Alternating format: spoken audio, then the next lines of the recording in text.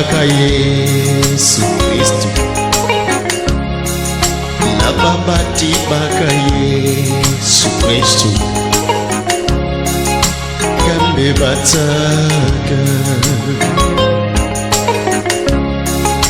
zilimna bataka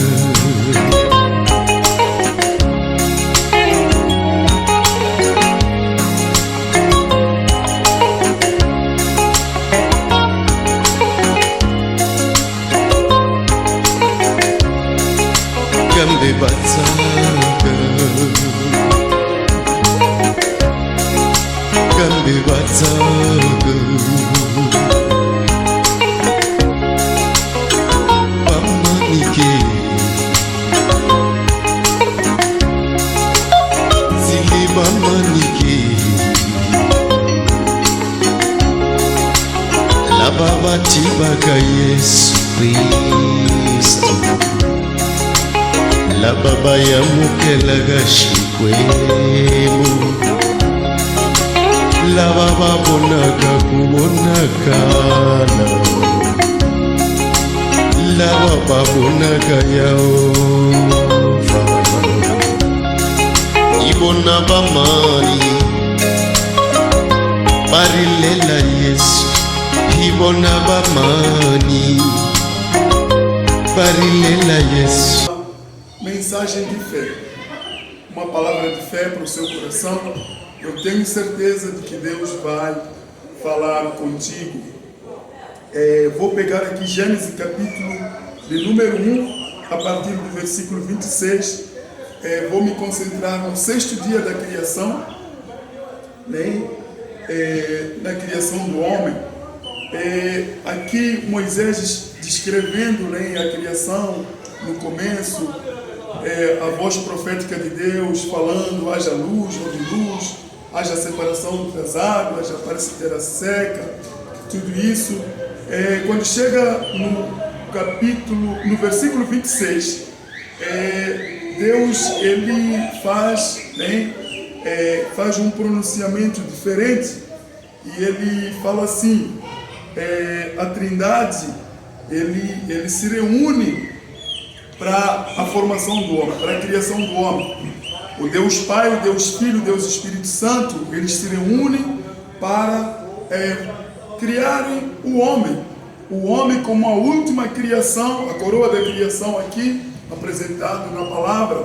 E Deus falou assim: e disse Deus, façamos o homem à nossa imagem, conforme a nossa semelhança, e domine sobre os peixes do mar, sobre as aves do céu, sobre o gado, sobre toda a terra e sobre todo réptil que se move sobre a terra. E criou Deus o homem à sua imagem e à sua semelhança. E Deus o criou, homem e mulher os criou. E Deus os abençoou. E Deus lhes disse: frutificai, multiplicai-vos e enchei a terra, sujeitai-a e dominai sobre os peixes do mar, sobre as aves do céu, sobre todo animal que se move sobre a terra. Então, nós vemos aqui Deus, a preocupação de Deus, quando Ele cria toda a criação de Deus. A última coisa que Deus cria é o homem. E nós entendemos aqui que o homem ele é criado à imagem e à semelhança de Deus. E eu quero mostrar aqui que a semelhança que Deus fala aqui é uma semelhança espiritual. É uma semelhança espiritual. Então criamos o homem conforme a nossa imagem e a nossa semelhança. A imagem e a semelhança que Deus está colocando no homem é uma imagem e uma semelhança espiritual. Mas o que chamou aqui muita atenção foi o fato de que Deus não usou uma voz profética para criar o homem. Ele não criou o homem da mesma forma como ele comandou a luz. Não, porque para a luz ele disse que haja luz. Mas para o homem, Deus ele precisou de formar um conselho. A Trindade teve que se certificar para garantir que o homem tinha que ter a imagem e o homem tinha que ter a semelhança do seu Criador. Então nós temos a imagem e nós temos a semelhança do nosso Deus. Se você for ver mais para frente, quando Moisés descreve a formação do homem, quando Deus pega no barro, né, e ele cria o homem pelo barro, diz a Bíblia que depois Deus sopra nas narinas do homem. E quando Deus sopra nas narinas do homem, a Bíblia diz que e o homem se tornou alma vivente. Então Deus, quando ele soprou o seu espírito para o homem se tornou alma vivente. Então a vida que nós temos é uma vida que vem do Espírito de Deus, é uma vida que vem do próprio Deus. A vida que o homem tem é uma vida que vem do próprio Deus. E uma outra coisa aqui que eu queria destacar é que Deus criou o homem macho e fêmea. Os dois foram feitos conforme a imagem e a semelhança de Deus. Tem muitas ministrações, muitas pregações que colocam as mulheres em segundo plano, como se as mulheres não tivessem sido criadas conforme a imagem e a semelhança de Deus. Mas aqui no versículo que eu li, no 27, e criou Deus o homem, a sua imagem, a imagem de Deus o criou, homem e mulher os criou. Então, os dois foram criados conforme a imagem e a semelhança de Deus. O homem, no sentido lato da palavra homem, macho e fêmea, todos foram criados à imagem e à semelhança do nosso Deus. Aleluia! Então você tem a imagem e você tem a semelhança espiritual de Deus. No versículo 28, ele fala que e Deus os abençoou e disse-lhes: frutificai e multiplicai-vos e enchei a terra. Então Deus, ele abençoa a sua criação. O homem, ele é um ser abençoado, porque Deus, ele o abençoa na criação. Assim que ele o criou, macho e fêmea, ele o abençoou e disse, aleluia, multiplique-te. Então o ato de multiplicação, ele acontece debaixo da bênção de Deus. Deus disse, multiplique-se e enche a terra. E Deus ainda fala, sujeite e domine sobre toda a criação, sobre os peixes do mar, sobre as aves do céu, sobre todo o animal que se move sobre a terra. Então Deus, ele dá ao homem o domínio, a administração, a mordomia para o homem que fosse mordomo de toda a criação de Deus. Eu costumo dizer isto sempre que eu prego, que é como se fosse assim, Deus, ele transferindo toda a sua autoridade para o homem aqui na terra e dizendo para o homem: eu estou aqui e você aqui na terra, é você que vai dominar, é você que vai cuidar de tudo. E é interessante isso, que Deus sujeita toda a criação, sujeita a terra, aleluia, sobre o homem, debaixo da autoridade do homem. Deus sujeita todas as coisas para o homem. Então, este é o começo da criação. É isto aqui que Deus criou no começo. E aqui depois a Bíblia fala que Adão, ele foi encarregado de dar os nomes, né, aos animais. Adão foi dado ordem para ele cuidar da criação de Deus. E vemos que Adão começa a dar os nomes a toda a criação, a todos os animais de Deus. E a Bíblia fala que, mas não foi encontrado nenhuma companheira que fosse compatível, que fosse idônea para estar ao lado de Adão. Quer dizer, uma gazela não era ideal para ficar ao lado de Adão. Um elefante não era ideal para ficar como companheiro de Adão. Uma leoa não era ideal para ficar ao lado de Adão. Então foi quando Deus cria, aqui espiritualmente falando, que Deus dá um sono profundo para Adão e Deus tira uma costela de Adão e forma uma mulher. E quando Deus traz esta mulher para Adão, Adão reconhece que aquela mulher era carne da sua carne e era osso dos seus ossos. E diz a Bíblia que Deus, assim que terminou de criar o homem e a mulher, Deus ele já tinha preparado, se você ler os primeiros textos de Gênesis, um jardim no Éden. E Deus pega o homem e a mulher que ele tinha criado e ele leva eles e coloca eles no jardim que ele tinha preparado para eles. Não é maravilhoso a gente ver isso? Que Deus ele se preocupou em criar um lugar para deixar o casal que ele tinha preparado. Não é maravilhoso? O cuidado de Deus, ele deixa eles no jardim do Éden, o jardim dos prazeres, o jardim das alegrias. É ali onde Deus deixa as suas criaturas. E Deus diz a Bíblia que no final do dia, Deus sempre ia ter com Adão, ia ter com a Eva, para conversar com eles, para saber como é que tinha sido o dia de Deus, estava em comunhão com eles. E é interessante a gente explicar isso, porque quando a gente fala que Deus ia para o Éden para conversar com Adão, ia para conversar com o casal, às vezes as pessoas pensam que Deus aparecia fisicamente, mas Deus não aparecia fisicamente. Deus ele é espírito. Deus aparecia espiritualmente. E Adão e Eva, eles tinham uma comunicação espiritual, tinham uma comunicação que eles sabiam que Deus tinha chegado. Eles ouviam a voz de Deus.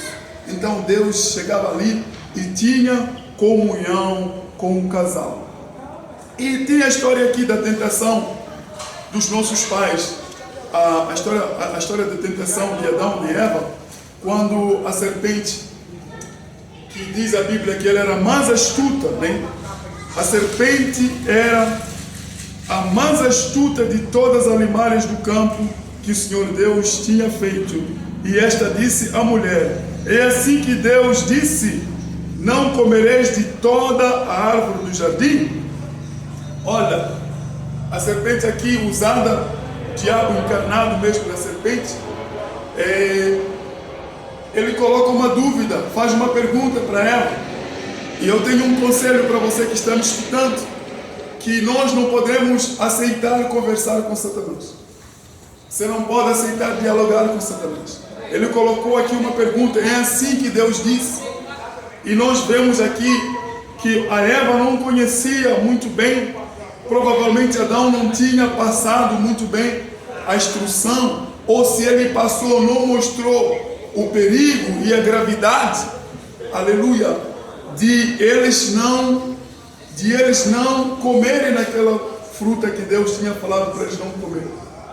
Adão não tinha explicado a ela, talvez, com muito cuidado, porque nós vemos aqui na resposta da Eva que ela ou não sabia muito bem ou não recebeu a informação correta.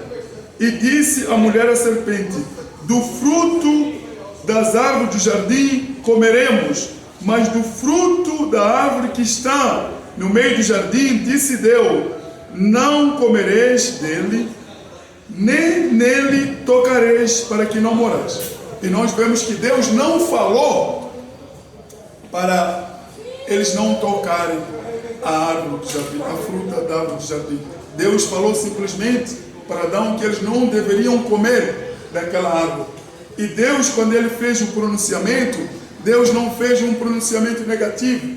Deus disse: de todas as árvores, de todas as frutas, né, das árvores do jardim, vocês comerão livremente, mas da árvore, do fruto da árvore que está no meio do jardim, dela vocês não comerão, porque no dia em que dela vocês comerem, certamente morereis. Então Deus ele disse: de todas as frutas das árvores do jardim vocês podem comer livremente, vocês podem comer, mas do fruto da árvore que está no meio do jardim vocês não devem comer.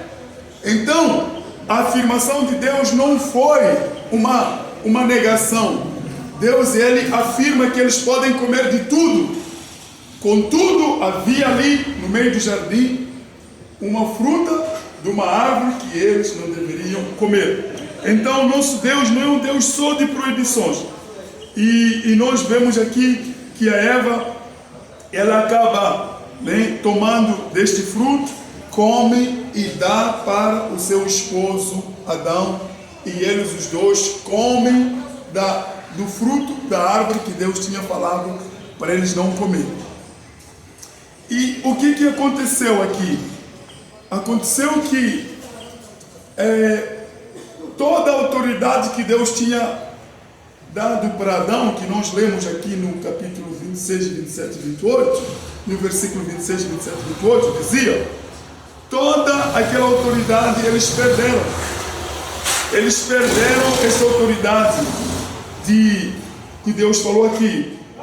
Deus os abençoe, disse Deus: frutificai-vos, multiplicai-vos, enchi a terra, sujeitai e dominai sobre os peixes. Então eles perderam aqui a autoridade de sujeitar a terra, de sujeitar a criação. Eles perderam toda esta autoridade. Eu quero falar para você que sempre que nós pecamos contra algum mandamento que Deus falou, sempre que nós falamos em algum mandamento que Deus falou, nós perdemos a autoridade que Deus nos deu. Então o que tira a autoridade no homem é o pecado. O pecado tira a nossa autoridade. E eu estou ministrando aqui para que você possa entender o perigo e a gravidade do pecado.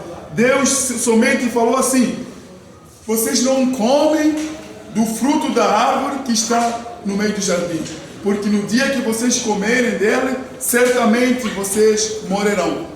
E a serpente vem aqui, Satanás vem sempre, o pai da mentira. Ele vem aqui dizendo: não, certamente vocês não morrerão. É porque Deus sabe que no dia que vocês comerem dessa árvore, os vossos olhos vão se abrir e vocês serão como Deus. Aí Satanás, ele mentiu como se Deus estivesse escondendo alguma coisa para Adão e para Eva. É isso que Satanás, ele gosta de fazer. E eles não discerniram, não entenderam isto e entregaram toda a autoridade que Deus tinha dado para eles. Eles perderam essa autoridade. E nós vemos aqui os primeiros sinais que eles se escondem.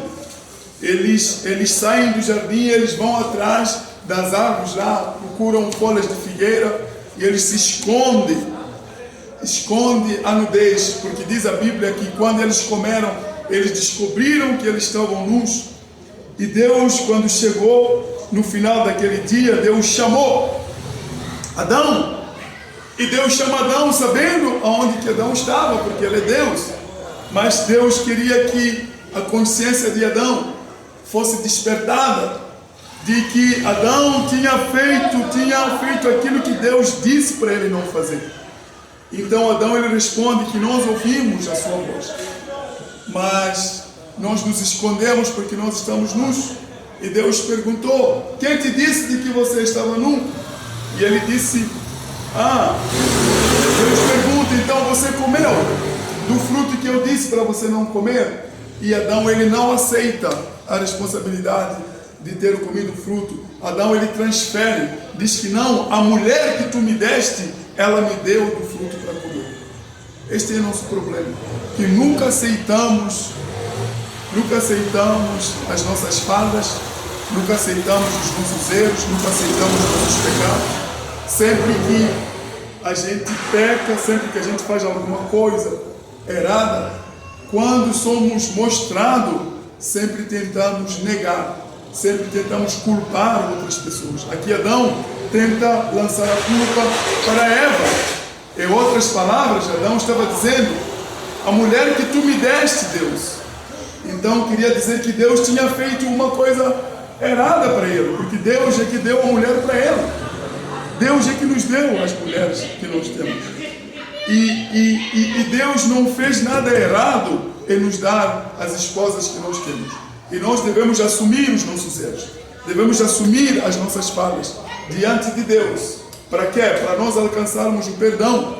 O que aconteceu? Então Deus tira eles do jardim e Deus coloca ali os querubins com a espada para que eles não voltem para o jardim, para que não tomem posse do fruto da vida que estava no jardim. Interessante, porque eles só comeram o fruto do conhecimento e não comeram o fruto da vida.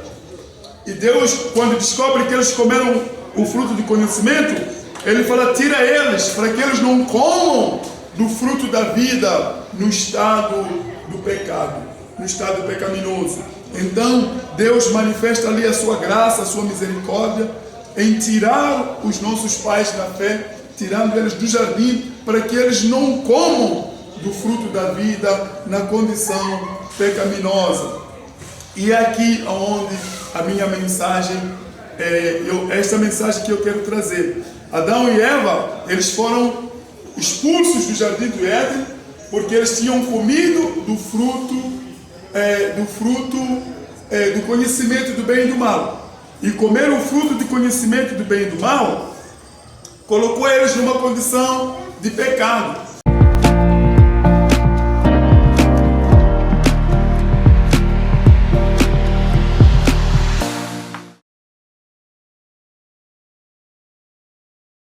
Numa condição pecaminosa, que eles não poderiam ter comunhão com Deus. O Senhor nosso Deus é um Deus santo. E quando nós estamos em pecado, nós não conseguimos, né? Isaías 59 fala isso, que a mão do Senhor não está encolhida para que ela não possa salvar, nem os seus ouvidos estão cravados para que ela não possa ouvir. Mas os nossos pecados, as nossas iniquidades fazem separação entre nós e o nosso Deus. Então o que separa o homem de Deus é o pecado. E aqui nós encontramos os nossos pais na fé, Adão e Eva, na condição de pecado, eles sendo tirados do jardim do Éden. E todos nós sabemos pela fé que nós viemos de Adão, nós viemos da Eva. E esse é o ensinamento que a Bíblia ensina. E herdamos este pecado da natureza, este pecado dos nossos pais na fé. É triste falar isso, que todos nascemos, né, debaixo do pecado. Até crianças menores herdamos o pecado hereditário que vem dos nossos pais na fé. E esse pecado só é tratado em Jesus Cristo. E é esta mensagem que eu quero trazer para você, que o homem, Paulo fala que todos pecaram, todos pecamos e estamos separados, destituídos estamos da glória de Deus, estamos separados da presença de Deus por causa do pecado. Mas o dom gratuito de Deus é a vida eterna por nosso Senhor Jesus Cristo. E não, o salário do pecado, por causa de nós estarmos separados de Deus, é a morte. Mas o dom gratuito de Deus, o que Deus tem para nos dar como o seu dom de amor, é a vida eterna através do nosso Senhor Jesus Cristo. E essa vida eterna é para mim, essa vida eterna é para você. A Bíblia diz que a fé, ela vem pelo ouvir, e ouvir pela palavra. E você está ouvindo agora pela palavra de Deus. Você está ouvindo Jesus falando no seu coração. Você está ouvindo a palavra de Deus. E a palavra de Deus, ela gera fé no nosso coração. Ela produz fé no nosso coração. A nossa fé, ela cresce quando nós ouvimos a palavra de Deus. E você está ouvindo a palavra de Deus. Eu quero dizer que você pode crer na palavra de Deus e você não será confundido. Então, quando o homem ele perde esta autoridade de dominar sobre a criação de Deus, quando ele perde esta comunhão que ele tinha com Deus, ele começa a gerar, né? Aqui no capítulo 4, Moisés fala isso, né? Eu não queria ler isso, mas é interessante, né? E conheceu Adão, a Eva, sua mulher, e ela concebeu e deu à luz a Caim, e disse: alcancei do Senhor um homem. E deu à luz mais uma vez ao seu irmão Abel. Aqui tem uma passagem que fala isso, que ele nasceu conforme, acho que estou falando aqui, deve ser o versículo, o capítulo 5, né? Deve ser isso.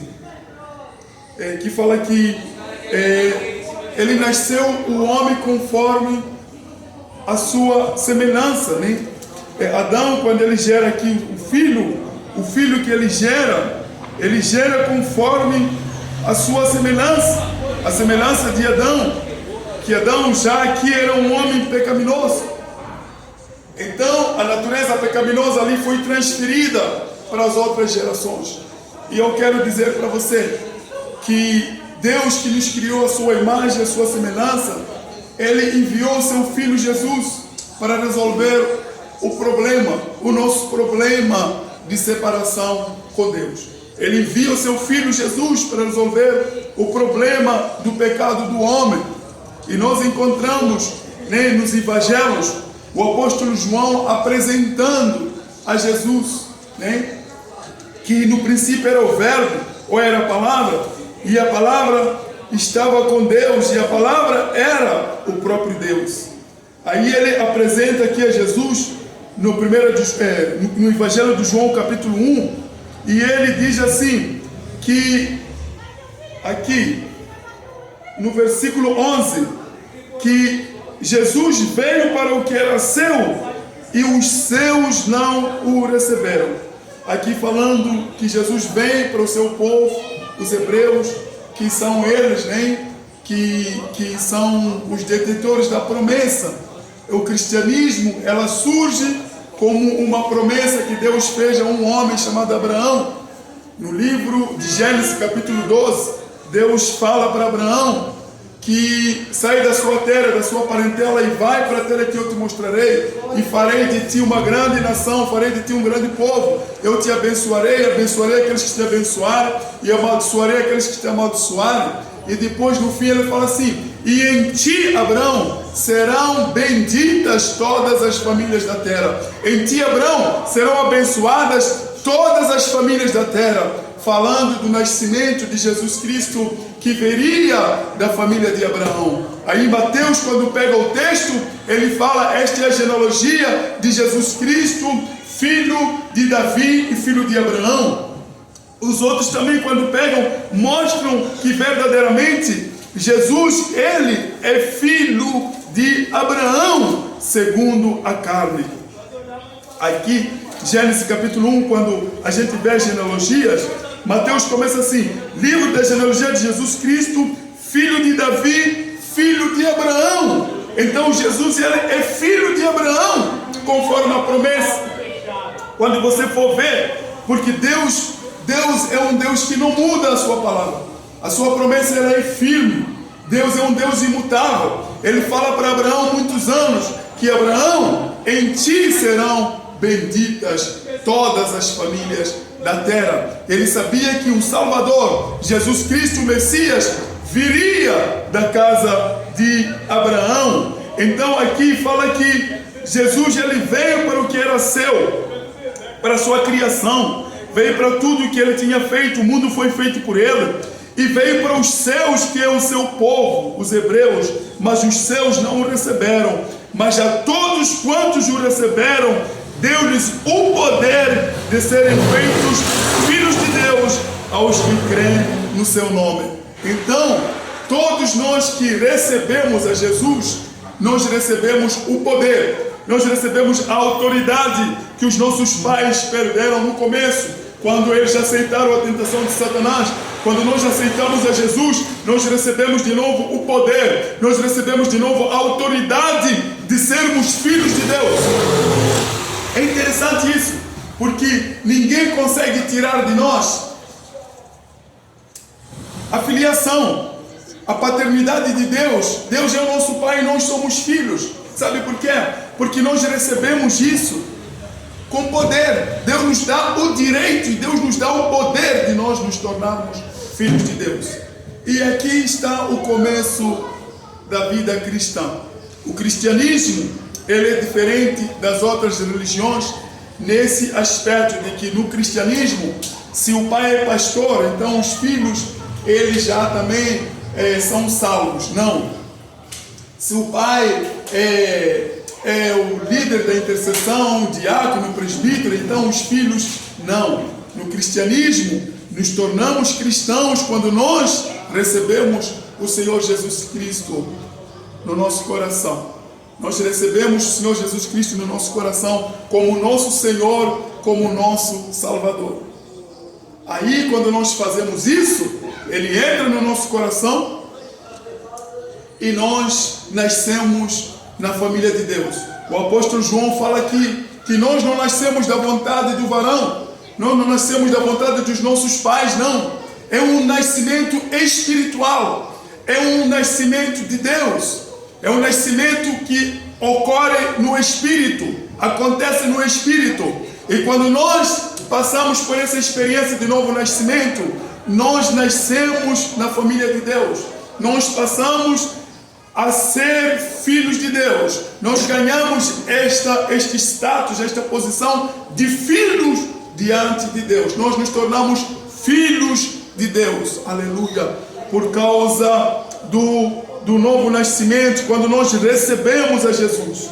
Então, o primeiro passo aqui, nós que estávamos separados por causa do pecado dos nossos pais lá no começo, e outros pecados também que nós cometemos, mas quando nos encontramos com Jesus e nós aceitamos a Jesus pela fé, então nós nascemos de novo. Aqui fala do novo nascimento. É interessante que Jesus, ele se preocupou muito com a questão do novo nascimento. O novo nascimento é o começo do cristianismo. O cristianismo não é algo que se herda, não. Não é algo transferível que alguém fala, olha, eu já sou crente, sou teu pai, sou crente, eu oro por você, então você também. Não, não. O cristianismo é uma experiência que nós passamos por elas, quando nós abrimos o nosso coração e aceitamos o Senhor Jesus como nosso Senhor, como nosso Salvador. Aqui, Jesus falando com Nicodemas, no João capítulo 3, Nicodemas era um grande homem em Israel. Ele fazia parte do Sinédrio e conhecia toda a religião judaica, com certeza, segundo os que conhecem, né, os costumes dos judeus, ele orava 3 dias, 3 vezes na verdade por dia, orava 3 vezes no dia. Mas quando Jesus chegou na época de Nicodemas, Nicodemas observou e viu a vida de Jesus, e alguma coisa chamou a atenção em Nicodemas, na vida de Jesus.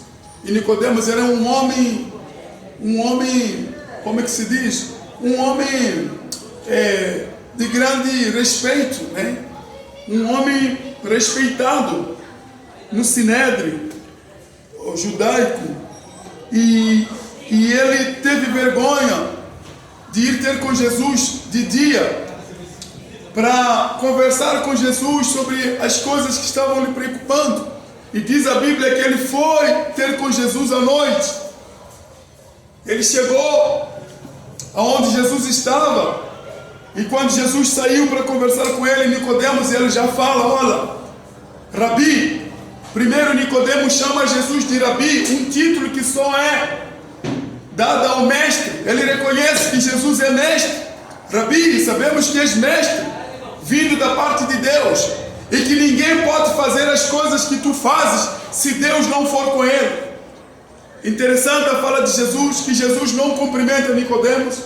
Jesus não pergunta por que Nicodemos veio ali. Jesus só fala, na verdade te digo, Nicodemos, que aquele que não nascer de novo não pode ver o reino dos céus. Em outras palavras, aquele que não nascer de novo não pode entrar no reino dos céus. Então tem uma barreira aqui. Há um passo que nós precisamos dar para nós entrarmos no reino de Deus, para nós começarmos a ver as coisas de Deus acontecendo na nossa vida da mesma maneira como aconteciam na vida de Jesus. Com Jesus já acontecia, porque Jesus, ele estava dentro do reino, está dentro do reino de Deus. Então, se nós também queremos fazer parte do reino de Deus, há um passo aqui. E Jesus, Nicodemos aqui na dúvida, ele fala, mas como é que pode que eu possa nascer de novo sendo eu velho? Como é que eu posso entrar no ventre da minha mãe e nascer de novo? E Jesus fala que não, tem que nascer da água e do Espírito. Tem que nascer da água e do Espírito. Em outras palavras, você precisa de nascer da palavra de Deus, porque a fé é para ouvir. Você tem que ouvir a palavra, e você ter a humildade suficiente de abrir o seu coração para você receber a palavra. Jesus dizia que as palavras que eu vos falo, elas são espírito e vida. Então você nasce da água e você nasce do Espírito. O Espírito de Deus, ele opera, faz um milagre. Quando nós pregamos a palavra, o Espírito de Deus, ele coopera conosco e ele faz a obra no coração. E quando nós terminamos, nós vemos que aconteceu alguma coisa. Sabe por quê? Porque o irmão aceitou a Jesus. Você nasceu da água e do Espírito. Você nasceu de novo. Foi isso que aconteceu conosco. Por isso que nós hoje somos filhos de Deus. E nós estamos preocupados também em passar esta mensagem, porque esta mensagem é para toda a humanidade. Jesus morreu por todos. Nós pregamos que se você ouvir a voz de Deus e você não endurecer o seu coração, Deus ainda hoje, Ele pode te salvar. Deus pode te salvar. Então Jesus aqui, Ele mostra para Nicodemos a necessidade de Nicodemos nascer de novo. Ele deixar o Espírito de Deus fazer a obra. Deixar a religião. Como eu falei, Nicodemos, ele era um religioso. Conhecia quase toda a Torá, toda a Bíblia dos Hebreus, mas não tinha vida. E ele via que em Jesus havia algo ali especial. E eu quero falar para você, que você está me escutando, que você pode receber a Jesus. E para mim foi a melhor coisa que aconteceu na minha vida. Aceitar a Jesus. Aceitei Jesus no ano de 1993. E até hoje o meu Senhor tem tirado proveito de mim. Estou aqui também tentando pregar a palavra, ajudando os meus irmãos a conhecer este maravilhoso Jesus, que é o dom gracioso de Deus, o dom do amor de Deus, o dom do perdão de Deus. É Jesus que Deus nos deu para que todo aquele que nele crê não pereça, mas tenha vida eterna. E se você quiser aceitar a Jesus, eu vou orar aqui contigo, e pela fé, você nasce na família de Deus. Você aceita Jesus pela fé e você nasce na família de Deus. Aleluia. Só um ponto só que eu queria chamar a atenção, é que tem pessoas que nascem muitas vezes. O novo nascimento ocorre uma vez e ocorre pela fé. Você não precisa todos os dias você dizer que você está aceitando a Jesus. Não. Você aceita Jesus uma vez pela fé e dali você começa a caminhada com Jesus, né? Então o que você vai precisar é convidar Jesus de todo o seu coração, para Ele entrar no seu coração. Você dizendo para Ele que Ele é o Senhor e Ele é o Salvador da sua vida.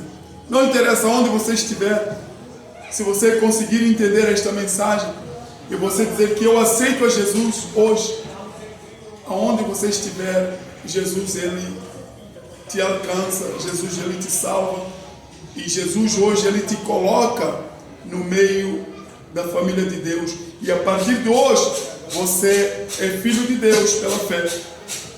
Vamos orar aqui juntos. É uma oração rápida, simples também, não é difícil. Levanta a sua mão e fala assim comigo: Senhor Jesus,